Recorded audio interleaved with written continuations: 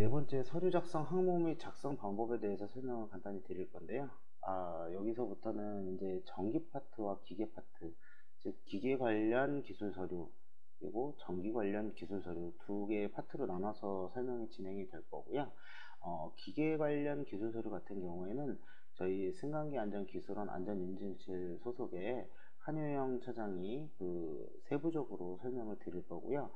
전기 관련 기술 서류의 경우는 제가 이어서 세부적인 설명을 드리도록 하겠습니다.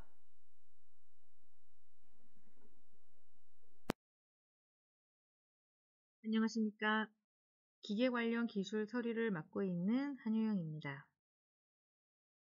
네, 지금부터는 기계 관련 기술 서류 작성 가이드에 대해서 설명을 드리도록 하겠습니다. 전기식 엘리베이터의 기계 관련 기술 서류는 안전기준 별표 22에 따르면 6항에서 13항에 해당된다고 볼 수 있습니다. 그러면 지금부터 각 항목별로 기술 서류를 작성하는 방법에 대해서 설명을 드리도록 하겠습니다.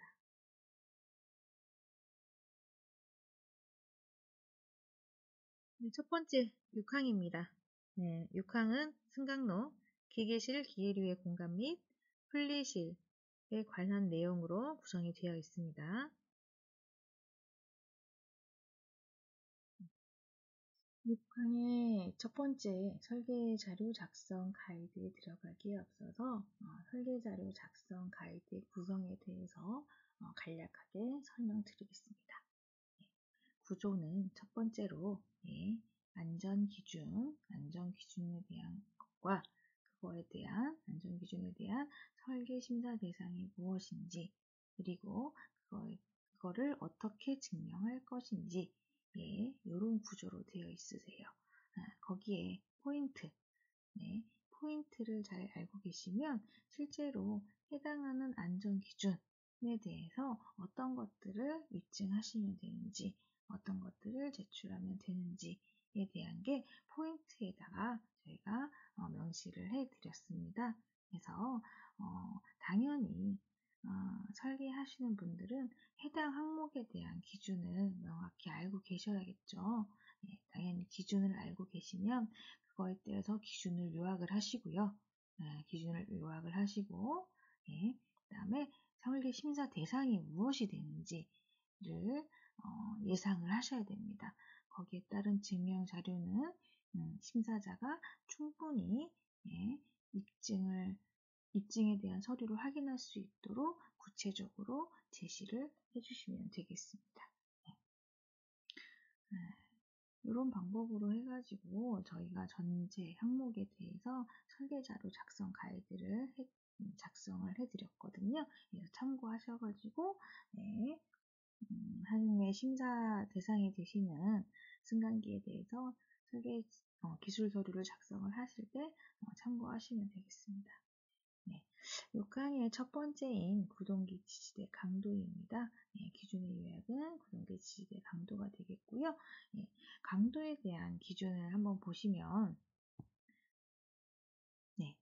승강로, 기계실, 기계류의 공간은 건축법 등 관련 법령에 적합한 구조여야 됩니다. 당연하죠. 그리고 엘리베이터가 운행하는 데 있어서 각 요소별로, 각 부위별로 관련된 하중을 충분히 버틸 수 있는 것들로 그런 구조로 되어 있으셔야겠죠. 해서 구동기 지대 강도 같은 경우는 6하나, 8하나의 항뿐만 아니라 위에 보시면 부속서 6의 2를 참조하라고 되어 있는데요. 관련 부속서 내용을 한 번 정도 숙지하셔가지고 요구하는 사항이 무엇인지 기본적으로 건축 관련된 법령 고려해야 할 것들에 대해서 명시되어 있으니까요. 부속서 6의 1도 꼭 참고하시기 바라겠습니다.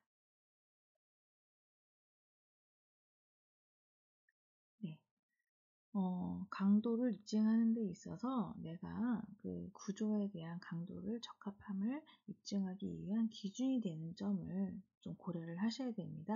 안전기준의 대부분은 기준에서 모두 그 적합함을 입증할 수 있는 기준이 명확하게 제시가 있는데요. 일부 몇 가지들이 보시는 바와 같이 충분한 강도여야 된다, 적합한 구조여야 된다 라고 분명하지 않은 것들이 간혹 있으세요. 그런 경우에는 내가 이거에 대한 안전을 판단하는데 어떤 걸 기준으로 삼았는지에 대한 명확하게 근거를 좀 제시를 해주셔야 돼요. 예, 보시면 설계 근거라고 해서 여기 저희가 지금 몇 가지 예시를 드려드렸는데요. 예, 보시면 산업안전보건법, 일본 건축법, 아스메 이런 식의 기준이 있다고 합니다. 한데 좀 전에 산업안전보건법을 저희가 적용을 하고 있었는데요. 이게 이제 19년도에 산업안전보건법에서 승강기에 대한 항목이 제외가 되면서 실제로 이거를 가져오기 위해는 근거가 좀 고리가 끊어진 상태가 되는 거죠. 그래서 저희가 지금은 강도에 관련된 기준을 삼을 땐 산업안전보건법은 사용하지 않습니다. 그래서 국내에는 별도로 규격이 없어서 일본 건축법이나 아스메를 기준으로 삼아서 강도 계산을 해주시면 될 것 같아요. 일본 건축법은 종전에도 사용하셨던 규격으로서 지금도 몇 개 업체에서는 일본 건축법으로 여전히 강도를 입증하고 계십니다. 네. 그 다음에는 포인트에 보시는 것처럼 설계 근거를 제시를 하셨으면 지지대 구조 확인을 위한 구조도를 제시해 주시면 되겠습니다. 보시면 구조도의 사항, 재원을 확인하실 수 있으신데요. 왼쪽에 보시는 예시가 기계실이 있는 타입으로 확인이 되시네요. 그리고 오른쪽에 있는 게 기계실 없는 엘리베이터, 즉 승강로에 구동기 지지대를 설치를 하시고 거기에 구동기를 넣는 타입으로 MRL 같은 경우는 구성이 되어 있죠. 이런 식으로 실제로 현장에 구동기 지지대 구조도에 대해서 도면을 제시하시고 거기에 관련해가지고 각 부재에 대한 강도를 입증해 주시면 되겠습니다. 다시 포인트로 올라가서 설계의 근거를 제시하시고 구조를 제시하셨으면 이제는 제시된 근거에 적합한 설계 계산식을 통해서 안전성을 증명해 주시면 됩니다. 안전성을 증명하실 때는 부재에 작용하는 하중이 다양하거나 이로 인해서 계산이 복잡하게 될 경우에는 최악의 경우로 혹은 힘을 단순화해서 증명하실 수 있으십니다. 뒤에서 다시 한번 예시를 들어드리도록 하겠습니다.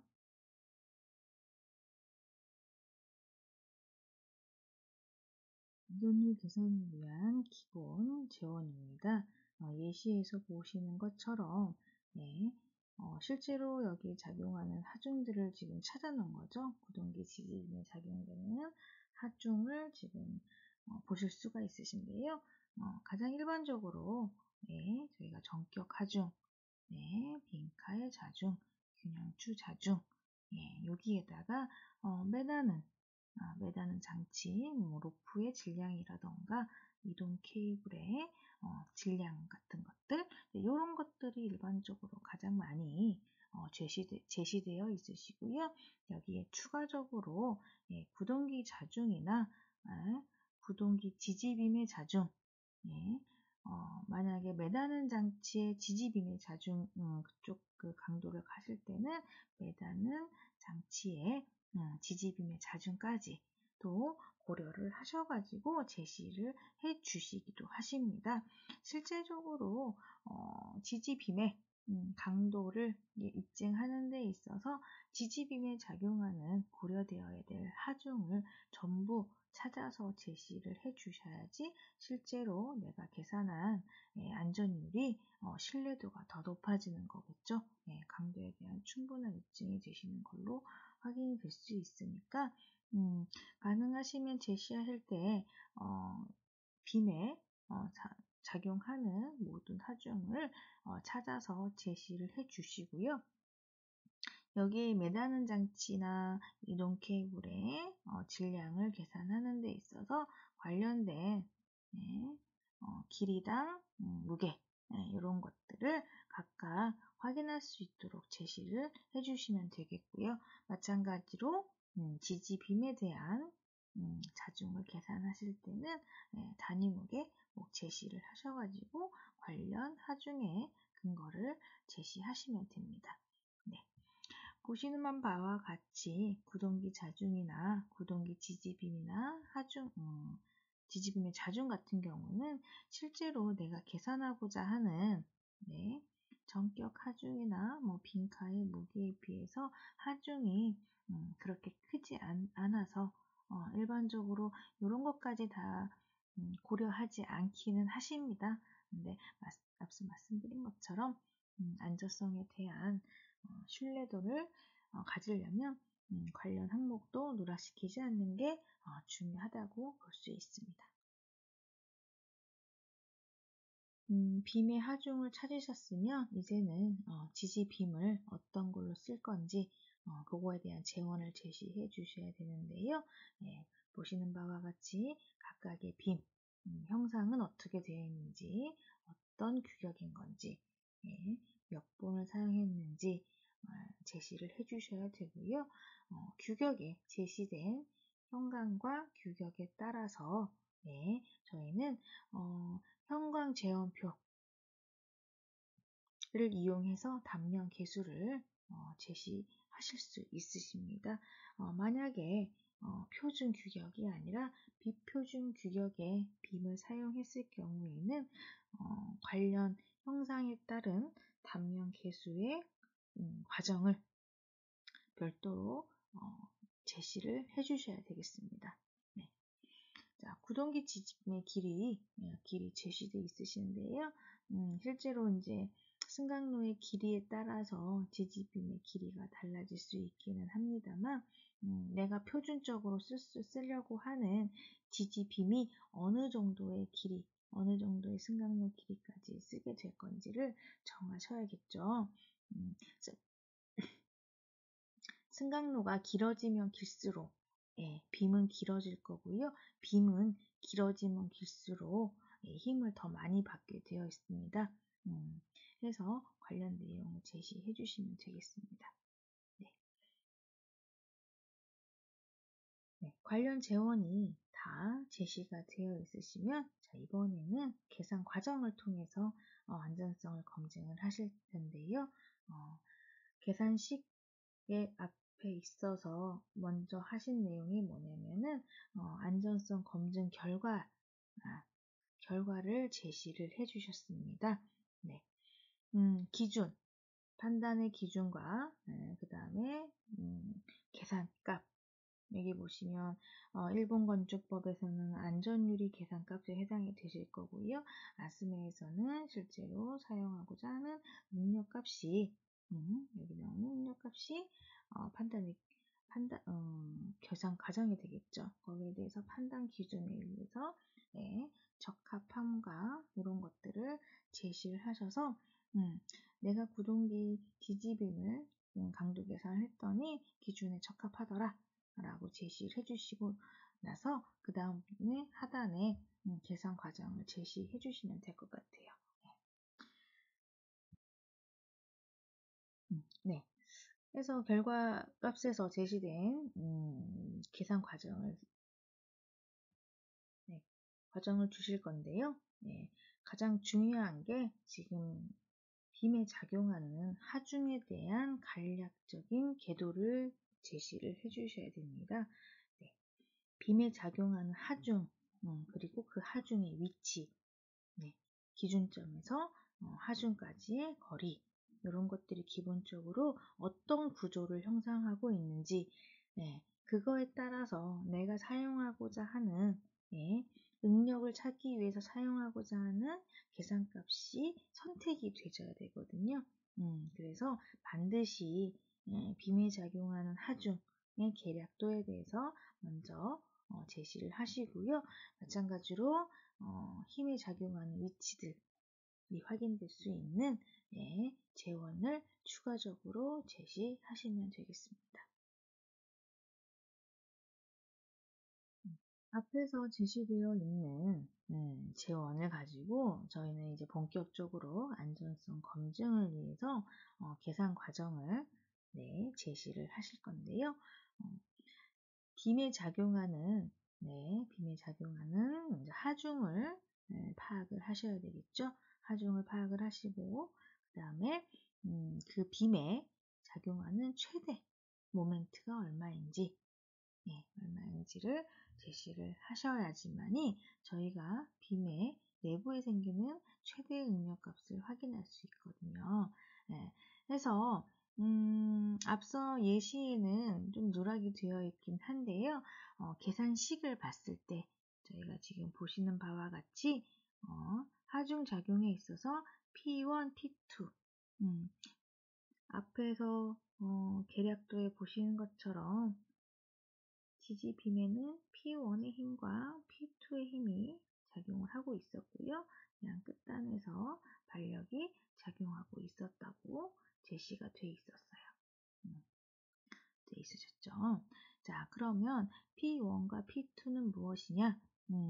보니까 P1은 전격 하중의 카의 무게, 카운터의 무게에다가 로프의 무게 각각 이런 것들을 더하셔서 계산한 값으로 보이고요.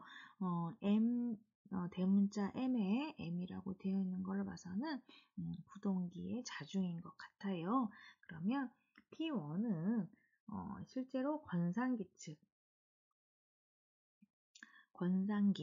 그러니까 카에 걸리는 총하중, 권상기에 걸리는 총하중이라고 보시면 될 것 같고요. P2는 보니까 M 카운트가 들어간 걸로 봐서는 M 카운트가 들어간 걸로 봐서 노프 단말부의 힘이라고 볼 수 있습니다. 그렇다고 하면 이 구조는 많이 알고 있는 기계실 없는 엘리베이터의 2대1의 구조의 구동기 지지빔이라고 저희가 알 수 있겠습니다. 자, 설계 자료를 작성해 주시는 분들이 이런 내용을 저희가 유추하지 않고 이렇게 가정하지 않도록 해주시는 방법이 앞에서 구동기 지지대 구조도를 주실 때 로핑 관련해서 같은 정보를 주신다고 하면은 저희 쪽에서 P1, P2를 찾는 데 있어서 심사하는 데 있어서 P1, P2를 저희가 찾아서 이게 2대1이네 라는 게 아니라 2대1이었으니까 이렇게 계산이 됐구나 라고 캐치할 수 있도록 앞에서 한 번만 더 로핑 구조를 제시해 주셨으면 더 좋았을걸 하는 생각이 드네요. 그래서 관련 내용을 추가적으로 제시해 주시면 될 것 같아요. 구동기 지지대, 지지대의 빔에 작용하는 하중을 계산을 하셨으면 이번에는 고기 빔의 응력을 계산하기 위해서는 실제로 양단에 생기는 반력을 저희가 계산을 할 겁니다. 반력을 계산하는 데 있어서 저희가 역학에서는 빔에는 모멘트의 합이 0이다. 기본적으로 이런 것들을 가지고 힘의 평형에 의해서 RA 반력값과 RB의 반력값을 구하실 수 있습니다.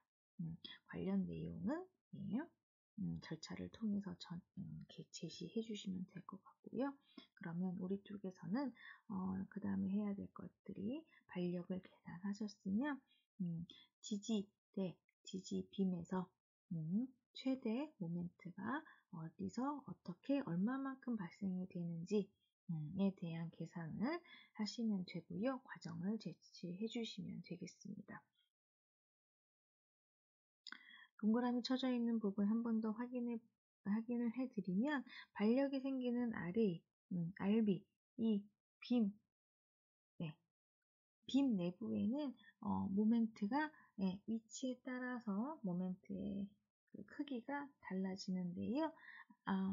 A까지 예를 들어서 요 A까지 거리 인에서 발생하는 모멘트와 B까지 거리에 발생하는 모멘트가 상이하게 됩니다. 그렇다고 하면은 각각의 모멘트를 구해서 실제로 최대 모멘트가 어디인지, 얼마인지 얘를 판단을 하시는 게 방금 동그라미 쳐준 내용입니다. 그래서 그 내용을 통해서 최대 모멘트가 어디인지, 어떤 값인지 제시해 주시면 되고요. 그 최대 모멘트, 실제로 구동기 빔에서는 최대 모멘트가 발생하는 지점에서 최대 응력이 발생을 하게 되어 있거든요. 그래서 응력의 공식은 최대 모멘트를 단면 계수로 나눈 값이 응력이 되십니다. 부피 응력이 되시니까 저희가 찾고자 하는 건 최대 굽힘 모멘트, 굽힘 응력, 굽힘 응력이 발생되는 거를 값을 알고 싶으니까 최대 모멘트를 단면 계수로 나눈 최대 굽힘 응력을 계산하실 수 있으십니다.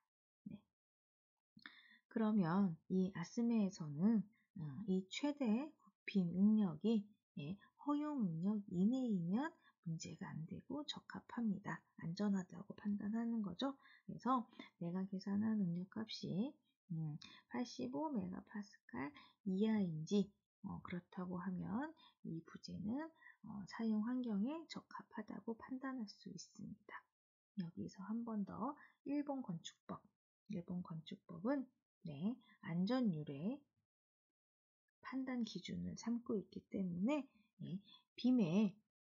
저희가 빔의 극한 강도는 SS400의 재료의 특성의 인장 강도를 가지고 와서요.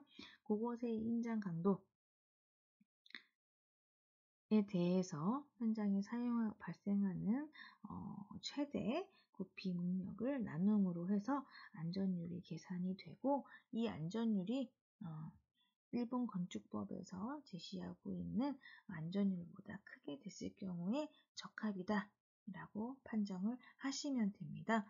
그렇다고 하면 그럼 나는 구동기 지지빔의 강도를 계산하는 데 있어서 아즈메와 일본 건축법 다 해야 되냐? 다 하실 필요 없으세요. 둘 중에 하나로 선택을 하셔가지고 한 가지 방법으로 제시해 주시면 됩니다. 다시 한번 말씀드리지만 구동기 지지빔의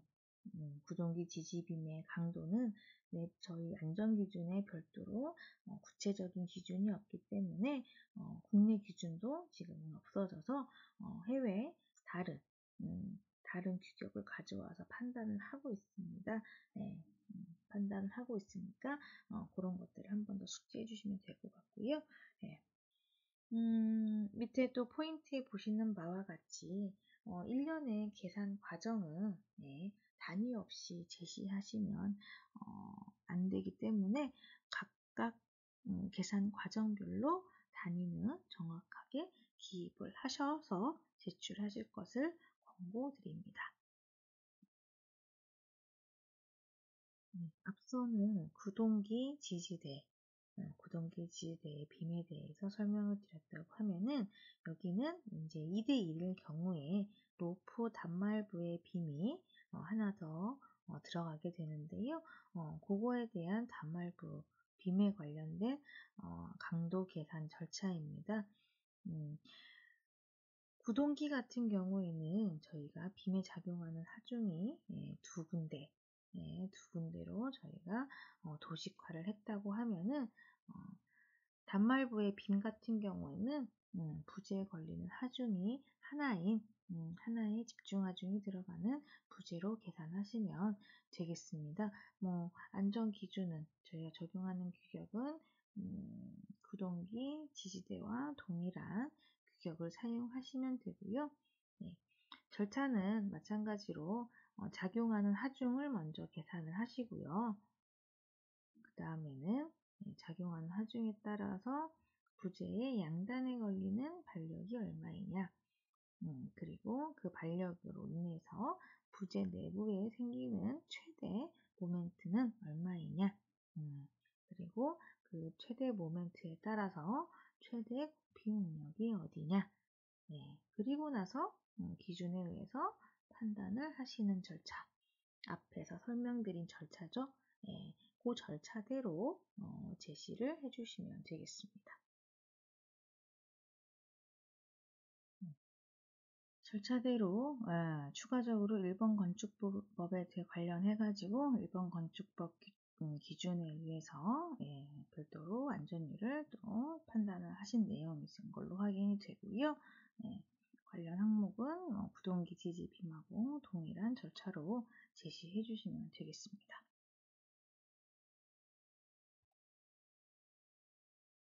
6강의 두 번째인 피트 사다리입니다.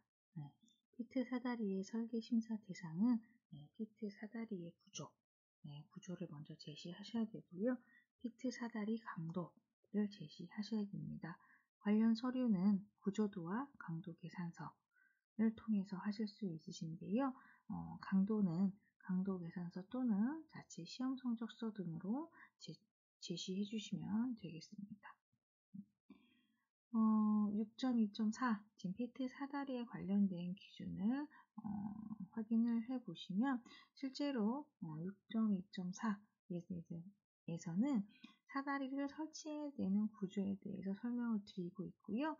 보시는 바와 같이 피트 사다리에 대한 구체적인 기준은 부속서 7에 적합하여야 됩니다. 그래서 마찬가지로 안전기준에 부속서 7을 숙지를 하셔가지고 관련 내용을 제시해 주시면 되겠습니다. 포인트 확인해 보겠습니다. 포인트는 일단은 사다리의 설계 도서가 필요하겠습니다. 어떤 형식의 어떤 사다리를 할 건지, 그리고 그거에 대한 강도 계산은 설계 계산을 이용해서 강도를 계산을 하거나 자체 시험 성적서를 통해서 안전성을 입증해 주시면 되겠습니다.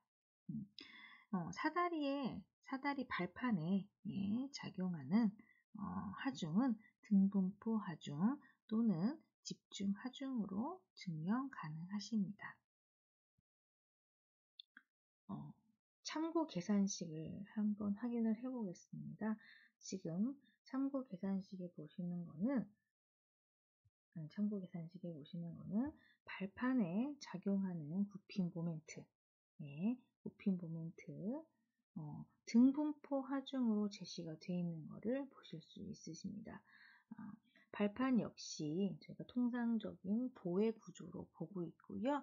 사다리 끝단에 이제 고정되어 있는 상태로 보고 있는 거고, 발을 올리다 보니까 발에 관련된 것들이 실제로 집중 하중보다는 보의, 그러니까 예를 들어 발판의 길이에 비해서 하중이 전체적으로 작용하고 있어서 등분포 하중이다 라고 가정을 하셔서 제시하는 경우도 가능하십니다.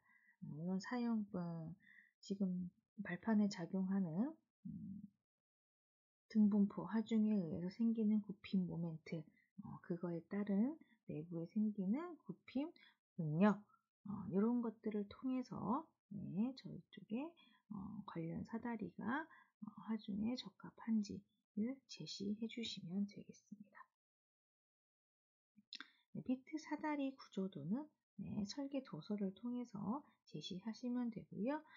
설계 도서 내에는 부속서 7에 해당하는 항목이 제시되어 있으시면 되겠습니다. 우선은 피트 사다리의 설계 도서를 제출을 해주셨으면 이번에는 사다리의 강도를 제시해 주셔야 됩니다. 강도 계산을 위해서 기본 재원이 필요한데요. 기본 재원에는 발판, 그러니까 사다리의 발판에 대한 정보가 필요합니다. 일단 발판의 단면 개수가 필요하고요. 그 다음에 재료의 허용 응력이 필요합니다. 그렇다고 하면 이 사다리의 재료는 SS400에 해당이 되고 SS400의 인장 강도는 410으로 제시가 되어 있는 것을 확인할 수 있습니다. 네. 자, 계산식을 통해서 저희가 사다리의 강도 입증을 할 건데요. 사다리의 발판에 작용하는 하중은 등분포 하중으로 제시를 하셨고, 네, 여기에 1500N의 힘을 작용했을 때 발판의 내부에 생기는 응력이 재료의 허용 응력인 410 이하임을 입증하셔서 적합이라고 제시를 한 걸로 볼 수 있습니다. 네. 피트 사다리의 발판 역시 저희가 통상적으로 앞에서 말씀드린 것처럼 보의 특성으로 보고 보의 내부에 생기는 부피 능력을 계산하는 일련의 과정을 보실 수 있으신데요. 앞에 구동기 지지대 빔과 다르게 여기는 등분포를 사용했다는 거, 물론 등분포 하중을 계산하는데 응력을 계산하는 데 있어서 관련 내용은 기계 역학 시간에 과목에 다 포함되어 있는 거죠. 그래서 그거 참고하시면 되겠고요. 그래서 피트 사다리의 최대 응력을 계산하는데 단면 계수로 나눠서 산출되어 있음을 확인하실 수 있고, 산출된 이 최대 응력이 재료 특성인 410 이하여서 적합함을 제시하신 거죠. 추가적으로 4번 같은 경우에는 나는 안전율, 우리 회사에서는 사다리의 강도를 안전율로 기준을 삼고 있다 라고 하면은 안전율을 별도로 계산을 하셔서 안전율, 내부에서 가지고 있는 안전율로 판단을 하셔가지고 적합임을 제시해 주시면 되겠습니다.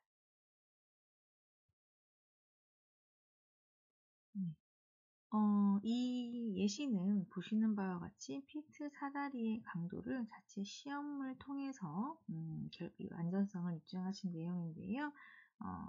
요구 조건을 한번 확인해 보겠습니다. 요구 조건을 확인해 보시면 안전기준 부속서 7에서는 뭐라고 되어 있냐면 한 사람의 무게에 해당하는 1500N의 힘에 견뎌야 된다 라고 되어 있습니다. 자, 힘에 견뎌야 된다. 명확하게 어느 정도 기준이 있는 건 아니고요.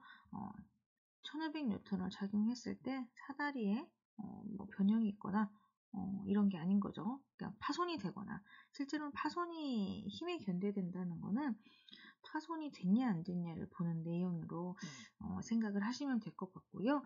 여기에서는 시험 결과값에 뭐라고 제시를 하셨냐면은 힘에 견뎌야 된다는 판단을 우리는 탄성 변형이 없었고 파손이 없었습니다. 그래서 결과는 적합합니다. 라고 제시한 내용을 확인하실 수 있으세요. 이런 것들은 제조사에서 판단 근거를 내부적으로 가지고 계신다. 그래서 그거에 따라서 시험을 했고 문제가 없어서 적합했다. 라고 제시해 주시면 되겠습니다. 여느 자체 시험 성적서와 마찬가지로 실효에 대한 정보 명확하게 해주시면 될 것 같고요. 여기에는 반드시 재질, 적용 범위가 확인될 수 있는 정보를 주시면 되겠습니다. 네. 시험 방법, 그럼 요구하는 조건에 하중을 작용했느냐? 예, 당연히 중요한 포인트가 되겠죠. 예, 분동의 단위와 힘의 단위가 다르기 때문에 이 부분 착각하지 않도록 실제로 요구하는 조건에 미달되는 하중이 작용되지 않도록 한 번 더 확인을 해주시고 사다리 발판에 이런 것들의 하중 시험이 될 수 있도록 신경을 써주시면 되겠습니다. 이게 중요하진 않지만 한번 확인을 해보셔야 될 내용들이 좀 있어서 밑줄 쳐드렸는데요. 앞에서는 강도 계산을 통한 설계 계산식은 둥분포 하중으로 적용했으나 실제로 현장에서 분동을 매달아 한 시험은 집중 하중으로 하셨다고 되어 있으시네요. 문제는 없으시겠죠? 시험 때 집중 하중이 더 악조건에 해당이 되셔서 악조건으로 시험한 것으로 이쪽에서 판단을 하면 되겠습니다. 네. 하셔가지고 시험 결과값은 아까처럼 내부적으로 가지고 있는 힘에 견뎌야 된다는 판단을 가지고 그거를 입증하실 수 있는 기준을 별도로 만드셨고 이 기준에 의해서 적합함을 제시되어 있는 걸 확인할 수 있으세요. 네.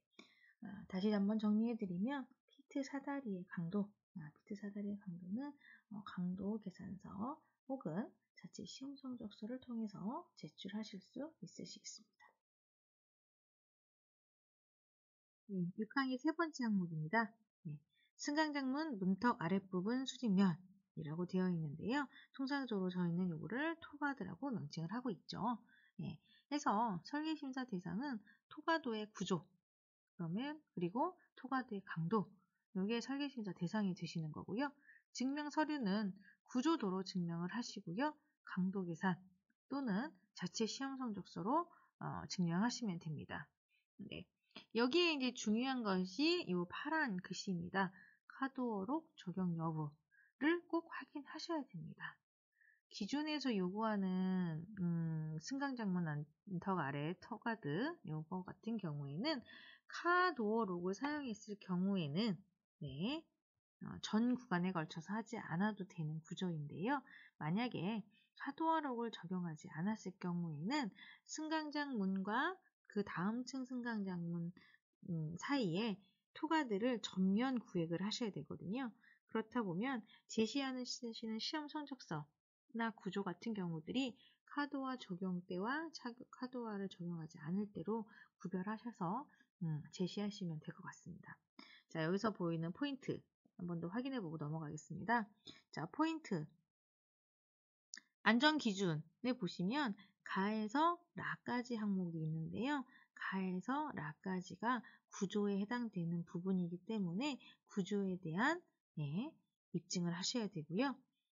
앞서서 문턱 아랫부분, 그러니까 토가드의 수직 길이는 잠금 해제 구간에 영향을 미치기 때문에 잠금 해제 구간을 제시하셔서 여기에서 요구하는 적합한 길이 힘을 제시해 주셔야 됩니다. 그리고 나서 토가드 강도 계산서 혹은 자체 시험 성적서를 포함하셔서 제출하시는 게 포인트가 되십니다.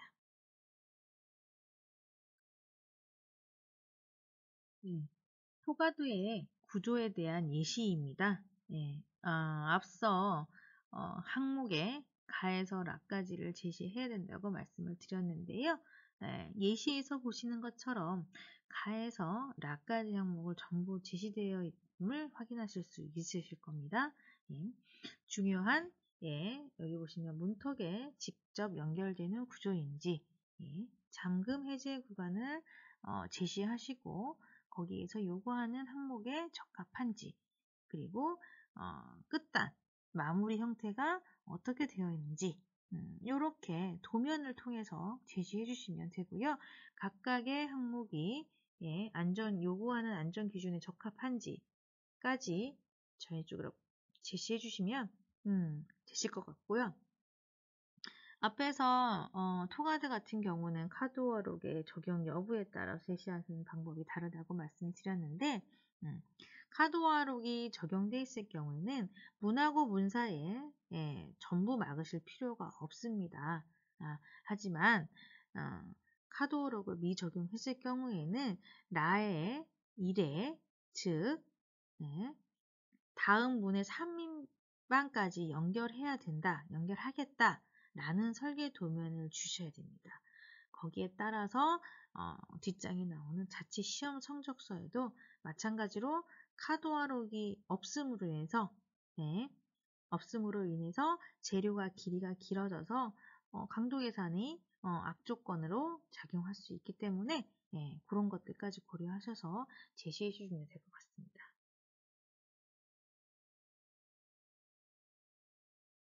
그래서 토가드 설계 도서를 통해서 구조를 확인하실 수 있으시고요. 자, 이번에는 강도에 대한 기준을 입증하기 위해서 자체 시험 성적서를 제출하신 내용을 확인을 해보도록 하겠습니다. 네, 자체 시험을 하실 때에는 시험 방법이 기준에서 요구하는 요구사항을 모두 포함하고 있는지를 제시해 주셔야 됩니다. 기준에서 요구하는 사항이 뭐냐? 기준에서 요구하는 사항은 원형 또는 정사각형 모양의 5제곱cm 면적의 모양에 300N의 힘을 작용시켰을 때 영구 변형이 없어야 되고요. 그 다음에 15mm를 초과하는 탄성 변형이 없어야 합니다. 자, 관련 내용을 시험을 하기 위해서는 시료에 대한 정보 제시해 주셔야 되고, 시료에는 앞서 설명드린 것처럼 재질이나 적용 범위가 포함될 수 있도록 해주시면 되겠습니다. 자체 시험에서 시험 방법 중에 파란색 글씨가 있어서 한번 말씀을 드리고자 해요. 자, 설치 구조가 동일한 경우 가장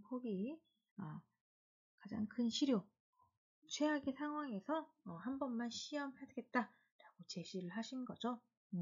내용인즉 시료에 나와 있는 적용 범위 안에 내가 출입문을 800에서부터 1100까지 쓰겠다라고 했을 경우에 설계 구조가 앞에서 제시한 내용대로 부재를 토가드가 있었을 경우에 고정점이 똑같다고 했을 때, 세 군데서 지지하고 있다라고 했을 때 이 토가드의 강도는 토가드 폭이 길수록 앞조건에 해당이 되시겠죠. 해서 적용 범위의 출입문 도어를 800도어에서부터 900, 1000, 1100 모두 하실 필요가 없으시다는 거예요. 1000에 대한 시험 한 번만 하시고 나머지는 동일한 구조이다. 최악의 조건인 1100에서만 시험을 해서 해당 시험 성적서를 제출을 하겠다라고 제시를 하셔도 무방하시다는 거죠. 그래서 모든 도화를 다 하실 필요는 없으십니다. 구조가 동일하다고 했을 경우에 앞조건에서 한 가지만 시험을 하셔서 나머지도 문제 없음을 입증하시면 되겠습니다. 해서 이 시험 성적서를 보시면 노란 줄 쳐져 있는 것처럼 설치 구조가 동일할 경우 가장 폭이 큰 시료에서 시험을 함이라고 하시고, 토가드 폭을 960으로 해 놓으셨네요. 960에서 무려 3번이나 시험을 하셨는데요. 앞에서도 말씀을 들으셨는지 모르겠는데 자체 시험을 하실 때는 시험을 총 3번 정도 해주시고요. 결과값은 그 중에 가장 나쁜 시험 결과에 대해서만 제시하셔서 그 나쁜 시험 자체가 검사 기준을 만족하고 있다 라고 제시를 해주시면 되겠습니다. 네. 여기에서 요구하는 건 영구 변형과 탄성 변형에 대한 기준이 있었고요. 탄성 변형에도 측정값, 탄성 변형의 측정값이 기준치 이내이고 영구 변형이 없었다 해서 시험 결과가 적합하다라고 제시하신 내용을 확인하실 수 있으십니다. 자, 6항의 4번째입니다. 균형추 주행 구간의 칸막이. 자, 설계 심사 대상은 칸막이의 구조와 강도가 되십니다. 입증 서류, 증명 기술 서류는 칸막이의 구조도, 그 다음에 칸막이의 강도 계산서 혹은 자체 시험 성적서로 제출하시면 됩니다. 자, 포인트 확인해 보겠습니다. 자, 기계자료 참고 KS 규격이라고 되어 있는데요. 요거는 구멍이 있는 경우에 구멍에 대해서 사람이 접근하려고 할 때 얼마나 위험 부위가 떨어져 있는지에 대한 규격인데요. KSB ISO 13857을 참고하시면 되고요. 그 다음에 칸막이 구조도 설계가 필요하죠.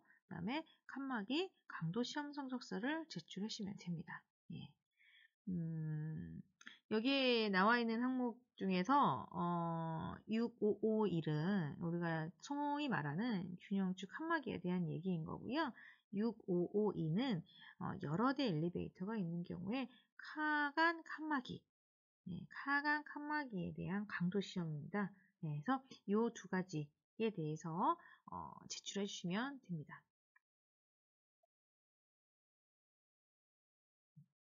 예시입니다. 네, 설계 도면은 아래 그림처럼 균형축 칸막이 설계 도서를 제출해 주시면 되고요.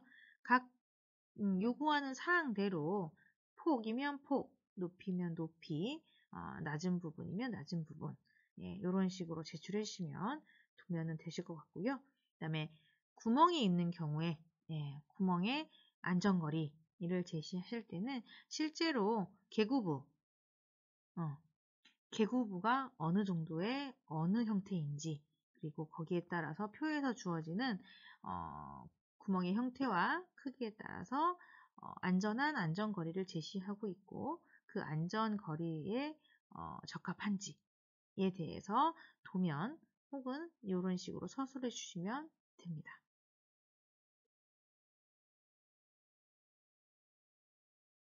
자, 다음은 카간 칸막이 예시인데요. 자, 카간 칸막이의 설치가 필요한 구조인지 아닌지에 대해서 먼저 서술해 주시면 됩니다. 그리고 내가 카간 칸막이가 필요하다고 하면 카간 칸막이를 어떤 형태, 어떤 구조로 설계를 하실 건지 에 대한 정보를 주시면 되고요. 마찬가지로 세 번째는 카간 칸막이에 구멍이 있는 경우에 앞서 말씀드린 것처럼 구멍의 크기의 형태에 따라서 적절한 안전거리가 제시되어 있는지에 대해서 서술해 주시면 됩니다.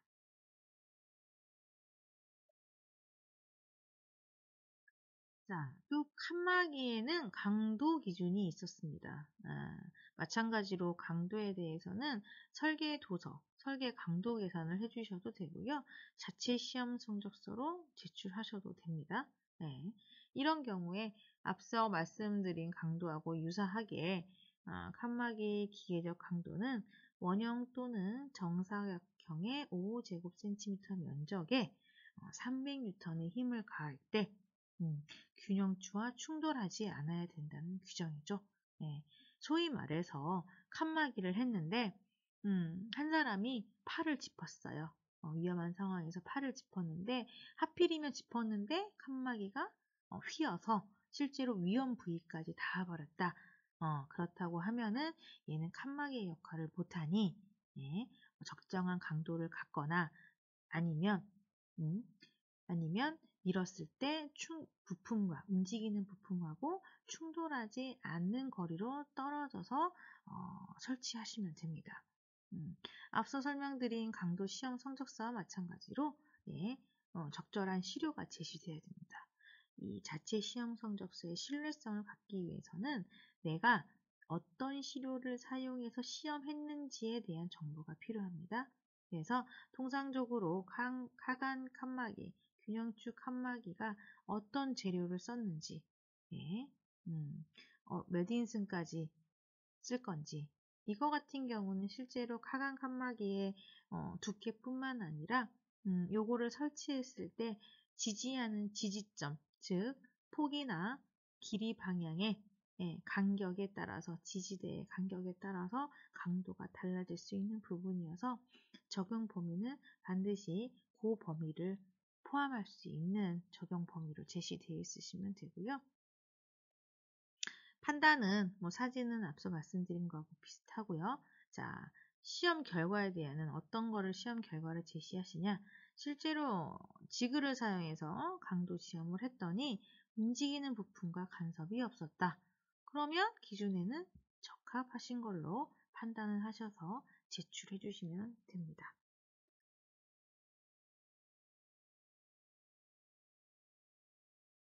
북항의 5번째 플랫폼에 대해서 설명드리도록 하겠습니다. 네. 자, 플랫폼은 기계류 점검을 하는 데 있어서 작업자가 카 상부나 카 내부가 아니라 별도의 플랫폼이라는 곳에서 작업을 해야 할 경우에 그것에 대한 플랫폼에 대한 기준에 대해서 요구 조건을 만족을 해야 되고요. 그 요구 조건의 심사 대상이 무엇이냐? 네. 일단 구조를 확인해야 되겠죠. 그 다음에 그거에 대한 강도가 요구되는 사항입니다.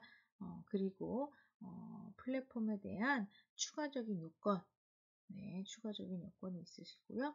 플랫폼에 대한 작업자가 확인할 수 있는 표시사항들, 이런 것들이 설계심사 대상이 되십니다. 증명서류는 우측에 보시는 것과 같이 구조도나 설명, 강도 계산서를 통해서 증명하실 수 있으십니다. 자, 해당하는 사항을 입증을 하기 위해서는 설계자는 플랫폼에 관련된 안전 기준을 정확하게 숙지를 하고 계셔야 되는데요. 그 중에 하나, 일단은 정리를 해드리면 플랫폼, 기계류의 점검을 위한 플랫폼은 영구적으로 설치되어 있으셔야 되고요. 혹여라도 플랫폼이 카나 균형추의 주행로에 있는 경우에는 반드시 집어넣을 수 있는, 간섭이 되지 않게 집어넣을 수 있는 것으로 설계가 되어 있으셔야 됩니다.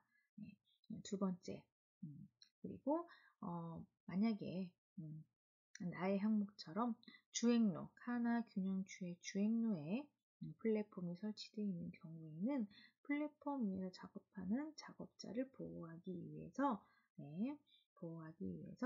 기계적인 장치를 이용해서 카의 정지 상태를 유지시킬 수 있어야 되고요. 혹시라도 작업자가 카를 움직일 필요가 있는 경우에 카의 움직임은 멈춤세기에 의해서 제한이 되어 있어야 됩니다. 제한의 요건은 결국 작업자를 보호하기 위한 거기 때문에 플랫폼을 기준으로 카가 플랫폼을 향해 아래로 운행되는 경우 플랫폼 위로 2m 이상의 카를 정지시킬 수 있어야 되고요. 반대로 플랫폼을 향해서 위로 운행되는 경우에 플랫폼 아래에서 카를 정지시킬 수 있어야 됩니다. 자, 세 번째인데요. 세 번째는 플랫폼의 강도입니다. 차후에 나올 지붕, 카 지붕에서 작업자가 카 지붕에 탑승하게 될 경우에 지붕의 강도와 마찬가지로 플랫폼 역시 0.2, 0.2 면적에 1000N으로 각각 계산된 두 사람이 무게를 영구적으로 변형 없이 견딜 수 있어야 된다는 강도를 가지고 있어야 되고요.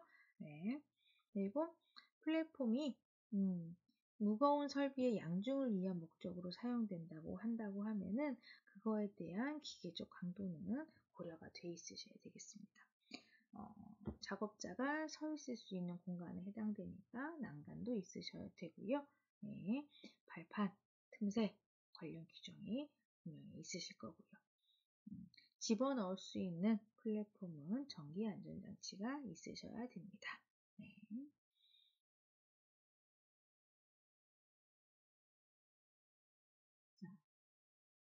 쭉 확인을 해보시면 플랫폼을 작동하기 위한 힘에 대한 제한 요건도 요구사항도 있으시고요. 보시면 비상운전을 통했을 때 비상운전을 했을 경우에 승강로 외부에서 비상운전이 작동지연이 될 수 있도록 배치되어야 된다. 최대 허용하중이 표시되어야 된다 등의 안전기준을 한번 살펴보았고요. 자, 서류를 작성하는 데 있어서 포인트가 되는 항목을 짚어드리면 방금 제가 대략적으로 기준을 요약을 해드린 것들이 포함이 되신다고 보시면 되겠습니다. 플랫폼에 대한 설계 도서 필요하고요. 이 설계 도서 안에는 난간이나 발판 높이 등이 포함이 되셔야 됩니다. 기계적 정지장치를 사용하는 경우, 멈춤세기를 사용하는 경우 그것들에 대한 설계 도서가 필요할 거고요. 네. 그 다음에 멈춤세기가 작동하는 거리에 대한 내용이 표시가 되어 있으셔야 됩니다. 플랫폼의 강도 시험 성적서 또는 강도 계산서를 제출해 주시면 되겠습니다.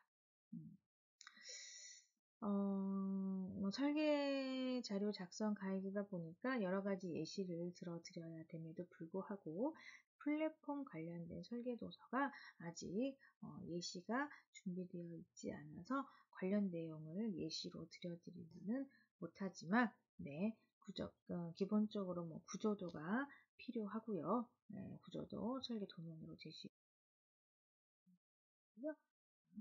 설비에 대한 강도 계산 포함해서 작업자가 탈 수 있는 강도 시험 이런 것들이 서류로 제출되어 있으시면 되겠습니다. 플랫폼에 제출된 자체 시험 성적서 예시입니다. 안전기준을 전반적으로 알고 계시는 분이라고 하면은 요거에 대한 강도, 그래서 카 지붕의 강도와 동일하죠. 그래서 같은 내용으로 플랫폼에 대한 강도 시험을 해주시면 되시겠습니다. 내용은 카 지붕에서 지붕의 강도에서 한 번 더 짚어드리도록 하겠습니다.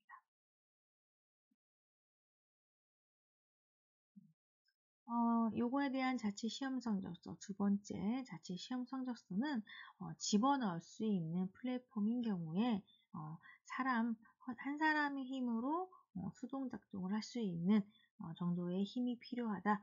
그것을 넘지 말아야 된다. 라는 기준을 만족하기 위한 내용이죠. 그래서 플랫폼의 수동 작동을 위해서는 250N을 초과하지 않아야 합니다. 관련 내용을 실제적으로 현장에서 시험을 하시고 시험에 대한 결과서를 제출하시는 것으로 제시하시면 되겠습니다. 여느 자체 시험 성적서와 다르게 시험 결과에 대한 내용을 한 번 더 짚어드리겠습니다.